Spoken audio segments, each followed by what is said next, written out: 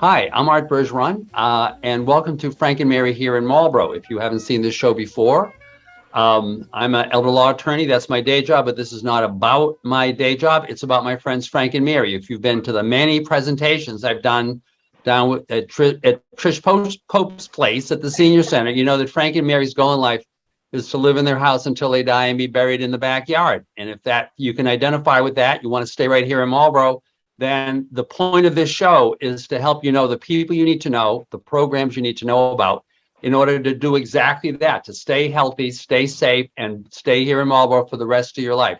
We got a great guest that's going to talk about those issues. Trish Pope, my good friend, we've been doing this show for, I want to say 4 years now, 5 years, for a long time. It continues to bring us guests that she feels are really relevant to you as seniors. Trish, whom do we have today? Well, today, because everything is relevant around the Board of Health these days, we have our nurse from the Board of Health, Sheila Lucia. She's been with the city for about a year or so, I think now. She came on, unfortunately for her, during COVID. So nobody really got to meet her. And this is a great way to introduce it to the community. And she's doing all kinds of fun stuff here at the Senior Center. So I'm going to give Sheila a minute to introduce herself and tell us how much you love the city of Marlborough. Okay, thank you for having me on the show. Nice to be with you. I started here at the Board of Health when the COVID first hit Marlborough. The schools closed down and they asked the school nurses to come on over. So that's my background. I'm from the school department. And I've been over here. We've been contacting everyone who came down with COVID, which was quite a cumbersome task. And luckily, it's slowed way down. But now we're all about vaccinating and trying to prevent people from getting COVID and keeping them healthy in case they do contract it. So, Sheila, what is the second booster rate for seniors? Is it high? Is it low? Do we need to get them out there? I think we do need to get them out there. It started out being really good, and now it just kind of circulates around big events. We'll see another push for people to come out and get boosted. But everybody who got the first booster, it's now waning, and you should come get a second booster if you haven't already. So one of the questions that I hear over here is people feel as though the booster in the fall is going to have everything that they need. But it's okay. You can get boosted now and then get boosted in the fall. Is that enough time? Absolutely. There's about 4 months now before the fall time will come out when everyone's getting their flu shots. So if you get the booster now, you will be ready to get another one in the fall. And do you see it continuing, that we're going to continue to need to booster every couple of months for a while? I do think so, only because your body, it builds up the nice immunity, but then it wanes through time. And, you don't want to let it get too low because then you have to start from scratch. So, yeah, keep up with your boosters. Right. And Trish and I were just talking a little bit earlier. You want to be doing those boosters for yourself and for everybody else. I have a second grandson who was born in June, who is now in the hospital with his mother with COVID. And because his big brother got it, his big brother was in a daycare program, and his big brother, who was 3, got it. And now the dad has it. My daughter doesn't, but the son, and he's a month, and he can't be vaxxed, right? So we're all trying to do this stuff. We think of ourselves as seniors as being the most vulnerable. They're the most vulnerable, the little kids. So we're really doing this now to protect a whole lot of other people besides ourselves. I just want to mention. That's a really good point, because we're doing this now as seniors to protect our grandchildren. And I think folks need to look at it that way. I myself do not have grandchildren yet, hopefully one day, but it is really, especially this time of year where there's a lot of family barbecues and family-centered events because we couldn't get together for so long. Right. So it's a really good point. And along with getting the booster, Sheila, we're going to be having flu clinics. We are. We have already ordered our flu supplies, and we're going to actually start registration on September 26th for the October clinics. They will be held at the Senior Center, and we're going to go to some of the housing communities, and of course we'll do our vaccines here at City Hall too. The flu clinic, though, is that just for seniors, or is that community-wide? At your center, it will be just for seniors. We have a lot of high dose, which we like to give out to the seniors first. Mm-hmm. That's wonderful. And I don't know if you can answer this or not. I've heard that if you're due for your booster, when you get your flu shot, you can do 1-in-1. Is that true? That is true. That is totally true. I mean, we will still be having our weekly COVID clinics here at City Hall. So if someone doesn't want it all at once, they're welcome to come up here and get their booster by itself. But we can absolutely give them at the same time. That's And great. is there any charge for any of that, Sheila? No, it is free of charge. We do ask for the insurance card, but that's if there's no insurance, it's a free shot. Yeah. And One of the things asking for the insurance card, people always ask me about, if it's free, why do they ask for my insurance card? And it's because I believe the city or the Board of Health can get reimbursed for like the syringes and things like that. Correct. Actually not Yeah. charged for the flu vax. Right. The vaccine is, it's just to get reimbursed for the administration fee and what goes into getting the supplies. And I don't think people realize all that goes on to put on a clinic. I mean, go ahead and tell us. I mean, you gotta get all kinds of supplies and. Yeah, we need to get the supplies. We need to get the staffing. We have to find a place to hold it. Then we have to advertise it and ask people to help register folks for it. So there is quite a bit that goes on behind the scenes. And we're really good at registering people over here. We've got it down pat now. You are. You have helped us tremendously. Thank you so fabulous. much. And if anybody, they go online, they don't want to do it themselves. Even if you have a computer at home and you don't feel comfortable, just give us a call. We'll jump online and do it. And we do it for anybody, not just seniors. And Trish or Sheila, can you give me a sense, like how many people do it? How many people end up doing like a flu shot through the senior center, like an order of magnitude, right? Because it is such a wonderful service. It's free and it's right at the senior center. You get to see people you haven't seen for a while. You get your shot, right?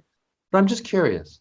Well, I don't think the clinics have been as large as they have been in the past, and that's because the CVSs and the Walgreens and all of those places do it now. Before, when it was just the Board of Health, you had massive lines. I see. Yeah. I see. No, I was just curious because, as you say, it's just such a great service. Right? It really is, and it's easy here because it's nice and easily accessible. There's plenty of parking, and the added bonus when we have a Board of Health clinic here is Board of Health sends us staff to help out in the parking lot, to move people along and show you where the parking space is and stuff. So the team at the Board of Health does a great, not just the nurses that are inoculating people, but the rest of the staff is here signing people in and helping in the parking lot, making sure we don't have too many people standing in the lobby at one time. Right. Right. And it's a great introduction to the senior center itself, just for people who haven't been down there, because it's such, you always have that issue. Oh my God, I'm not old enough. Right. So it's like, trust me, I'm 72. Trust me, everybody I know is old enough to go to the senior center. Right. And but by virtue of going, you'll understand that the senior center isn't about what you imagine to be like these really, really old people. It's about you. It's about you, which is really a wonderful thing. And if you haven't had a chance to come to the senior center lately, on Thursday, Sheila, go ahead and tell them what's going on with you. Yes, I have an hour I spend over there, and I'm welcome the community anytime to come in. I can do your blood pressure screenings. We can check your weight and talk about any specific problems you might be having. I can help steer you in the right direction. Just see me. So can they bring their med list down and you can look at it for them and tell them? I mean, sometimes people just need that extra, yes, this is, obviously you're not going to change anything that a doctor has prescribed, but people ask, you can explain to them a little more what the medicine is for. Oh, absolutely. Yes. Yeah. And right now, Sheila's been pretty busy and she has her frequent flyers, which is always nice. It is nice. With a bunch of seniors, and they come every week to see her, which is really great. I like having the opportunity to go down because you do so many things there. I really didn't know, but you're a very busy beehive over there. You really are. Yeah. And that's just, that goes to what Arthur just said too. The senior center is very active. We don't just play bingo and knit. There's, educational things that go on. There's fitness programs. We have a extremely active billiards room. We're the envy of most of the senior centers in the area because on any given afternoon, we have 6 or 8 gentlemen in the billiards room. Women are welcome too. They're very generous. We used to do just a special time for women, and we called it Chicks with Sticks. But now that everybody has learned to play well together, so if you arrive and there's a bunch of guys in the room and you want to play pool, you just simply have to wait for the game to be over, like you would anywhere, and then they'll welcome, you're welcome to go in and use one of the tables. We do have two. So does Bob Brennan actually do pool classes down there? Because I've noticed a little bit of instruction he does. There's a lot of our resident sharks in there for sure. Right. I was going to say, keep your wallet in your pocket, but he'll help you out. He'll help you out with a lot of that stuff. So Sheila, as far as boosters and things go, are you still going around in the community? I know you did a pop-up at Welly's one time and you did it at Kennedy's. And we haven't been lately. We've been just doing the weekly here because we weren't getting a whole lot of turnout out in the community. Mm-hmm. But it is something we'd like to consider to do in the fall, back when the push is on again. And I think it's probably time for us again. I mean, we'll add the thing to our newsletter just to remind people it's time to get a booster, and it's okay. Because one of the things we found here at the senior center, because we have started bus trips again, it is not our rule, it is the rule of the bus company that you must show your vaccination card to get on the bus. So unfortunately, we've had a few that we've had to turn away because they're not vaccinated. Oh boy. And last time I checked, according to the CDC, fully vaccinated was your 2 COVID shots and 1 booster. Is that still relevant? It is. Okay. Yeah. So Sheila, you've been here through the entire COVID process. So you've kind of seen it be crazy, right? And you've seen it kind of wane. And so now you have a bunch of things that you're kind of, I want to say, going back to doing as well as doing the COVID. How do you see that going forward now? How do you see, what other things do you think would be useful that you couldn't do because you were just totally buried with doing COVID? Where do you think that should be going? Yeah, now I'm beginning to look at all those. We're trying to do a lot with drug prevention. We're focusing a little bit more on the drug prevention with the, trying to keep people from getting into, trouble. And I guess just a little community outings is what we've been gearing up for, to go out and let them know the Board of Health is here. We're friendly. We're a welcoming place. Call us with your concerns, and let the community kind of dictate where we go from here, And in addition to going to all these places, can people actually go to City Hall and see you? And are you at City Hall? Yeah. Yes. I am. So the drug prevention, Sheila, that's something that's really relevant across the board. And I guess now that you can take a breath and focus on a few other things, I'd really like to set up, and we'll do a lunch and learn here at the senior center, because a lot of seniors are dealing with it, not only with some of their children, their grandchildren, or their great-grandchildren. So unfortunately, it's an epidemic that never seems to wane like COVID is. Unfortunately. Yeah, I would love to. That'd be great. And the other thing I wanted to ask you, because you said it briefly when you started, so you came to us through the schools system. And I don't think people realized that when the schools shut down, the nurses all went to the Board of Health. Yes, we did. To help out and did all kinds of things. So I'm sure you're seeing your role extremely different than a school nurse. Absolutely. I mean, it is such a difference, but I'm still in with the children. I go weekly over to the schools and I vaccinate the new registrants coming into the schools who need vaccines. And we worked hand in hand through COVID with information sharing, or, what families needed help and direction through this pandemic. And it's nice to see they're getting less and less involved in COVID. I mean, thank God the numbers are going down. But it's still nice to still keep in touch with the schools, but it is such a different job. And so I was going to say, into this, you never saw this happening. That you're a school nurse, and now you're the Board of Health nurse for the city of Marlborough. That's amazing. And Sheila strikes me as the kind of person who would really like kids too. So do you miss that? Do you miss kind of really focusing on kids as opposed to this really broad array of things that you're now doing? I do miss the day-to-day. I was at the schools for almost 20 years. So, but I have my own grandchildren now, so I still have my fill of children. Oh yeah. If you got your own, that changes everything. And Trish, I didn't know that all the nurses moved to the Board of Health when The vast majority of them, because they were the ones that did the clinics and, you know, because I think we used some of the students from Assabet at some points too, but initially it was the Board of Health nurses that were doing all of the not research, that's not right, follow-up with people that had COVID. Right. The contact tracing and all that jazz. That's what, right? right. Yes, we called each and every person. I bet it's nice when you don't have to spend the day on the phone anymore. Absolutely.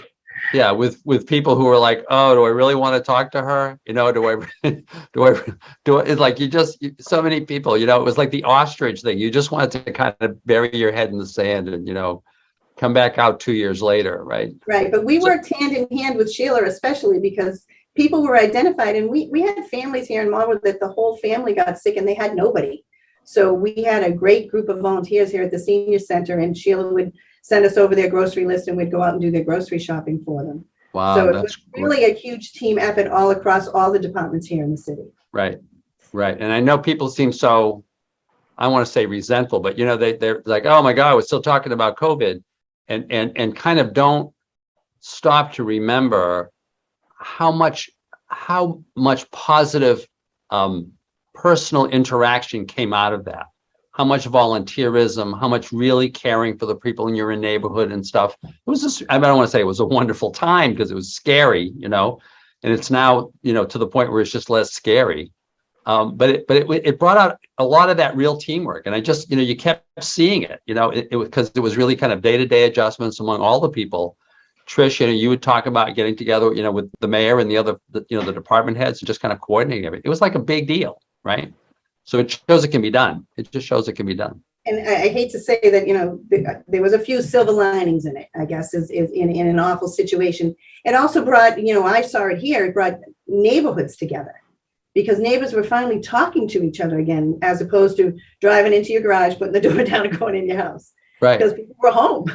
Right. You know, sit on your front lawn and talk across the street to your neighbor just because nobody was going anywhere. Or actually be concerned if you haven't seen that neighbor come out of the house for a while. Right. You know, and now Trish, I guess to you and to Sheila, have you found a lot of residual, I want to say residual hermits now that, you know, it's the sense is that COVID is over, but there's still a lot of people who are just afraid to get out or who used to go to the senior center and now don't, or are just afraid to start?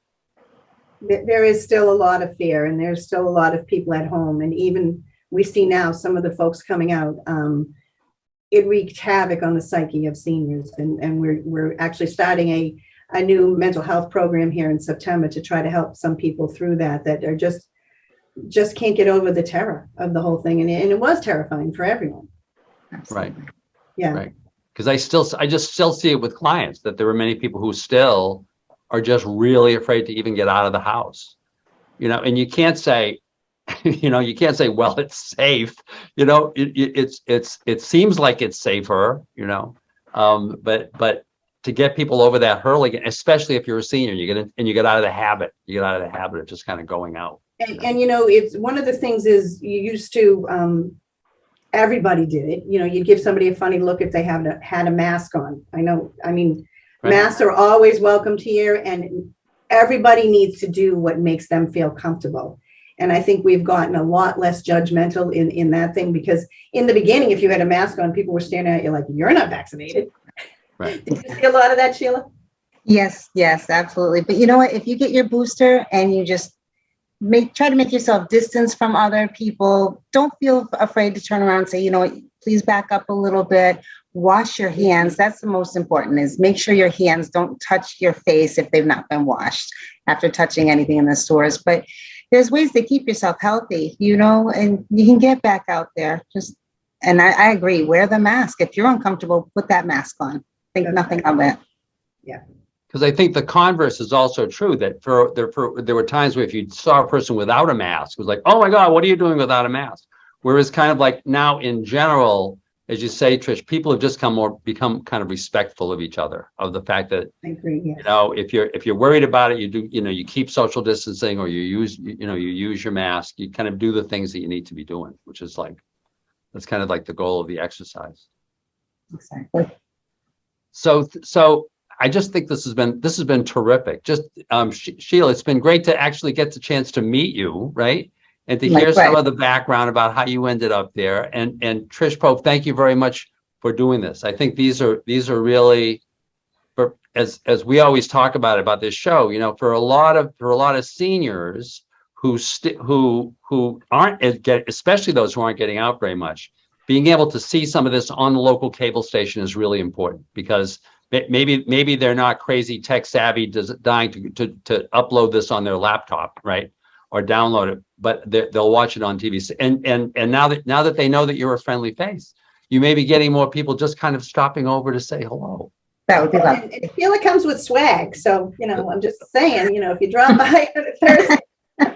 A very good point. A very good point. So Sheila, thanks a million for doing this. Trish, thank you so much for suggesting Sheila and having her come on, folks. So go to the clinic, stop by the senior center, and, you know, give yourself a chance to get out. You know, COVID was really long, but don't feel like you're just trapped in your house now. You know, it's time to adjust. There was a saying, I remember reading a saying from this nun who was this first Black Catholic nun in the South, but her lifetime saving prayer, she said, was, Lord, let me live until I die. Right. So keep living, living. You know, don't just, you know, hide yourself. Maybe it's time to get out there. It's maybe not today because it's 95 degrees out there, but maybe it's time to get out there soon. So thank you, Sheila. Thank you, for Trish. And folks, we'll look forward to seeing you on the next installment of Frank and Mary here in Marlborough. Thank you very much.